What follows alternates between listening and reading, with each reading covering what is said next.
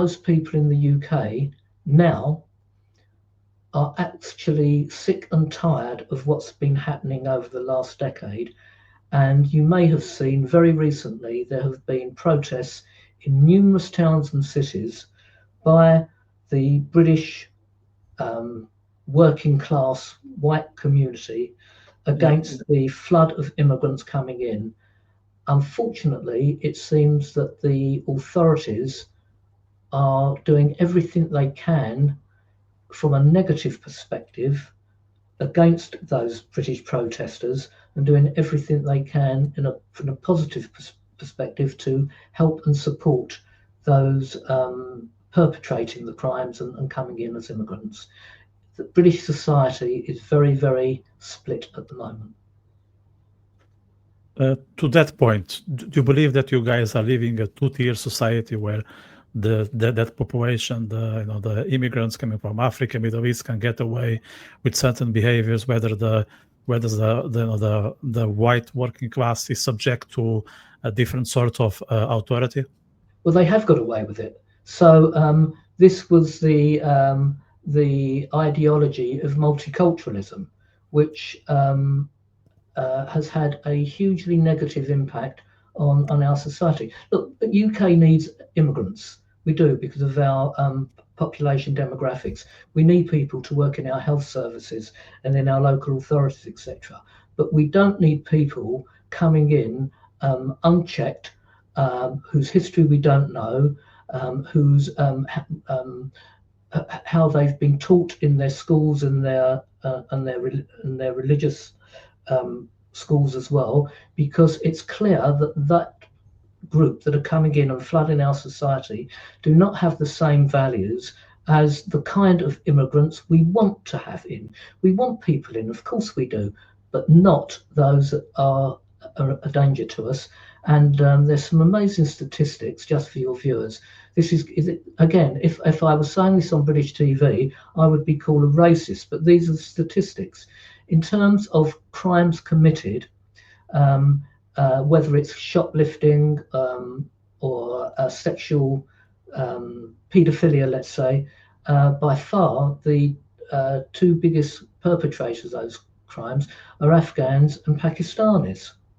In terms of money laundering, it's Albanians. So now again, if I said that, if there's an online safety act, if a British police officer or civil servant was watching this now and monitoring it, I could well receive a knock on the door tomorrow asking me to go into a police station because of the racist comments that I've been making, even though I'm speaking from a source that is factually correct.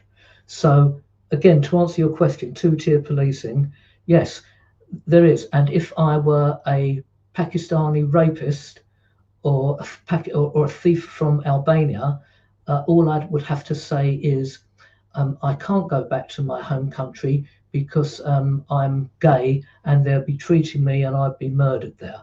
And I would probably get a non-custodial sentence, maybe some community work. So there is two-tier policing. And as I've said to you, British society is very much divided. I have a feeling, though, that people that are looking at it from my perspective are actually on the increase and they are no longer willing to remain silent. Yeah.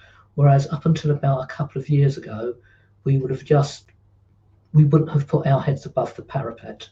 That's changing. I have the same view, but I would like to understand from your end, why do you think that there is a change? What are the drivers? The change from people protesting against the immigrants, because economically they can see how they have been so negatively impacted. So I'll give you just one example that is often given. In the UK, we have a number of army veterans who are living on the streets. Many of them are suffering from drug and alcohol abuse. Many of them have fought for their country, whether it was in the Falklands War or in Afghanistan. And their families are now broken because of the experiences they've suffered, and they have no revenue stream coming in, so they're sleeping on the streets, just as you would see a hobo sleeping in Los Angeles or New York.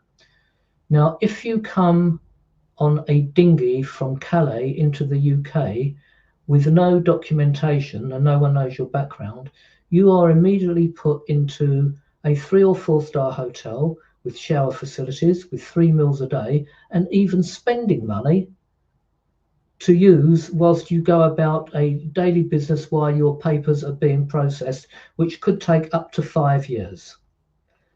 It's that kind of economic contradiction that is driving people to protest. And there's one other contradiction. Because of the numerous atrocities committed on British children by Pakistani Muslims, some British, some not, that have gone, which have been allowed, the horror stories are having such an impact that many parents are saying, I don't want any of my children, especially if they have girls as children, anywhere near these hotels where migrants are being housed, because some of these migrants have committed acts, and the British public are now protesting against that. We have a relatively new party called the Reform Party, which, if you are a member of it, you're accused of being a racist, but basically they're just standing up for Judeo-Christian values. It's as simple as that, really. Nothing more, nothing less, and are calling out the flow of immigration that has to be stopped.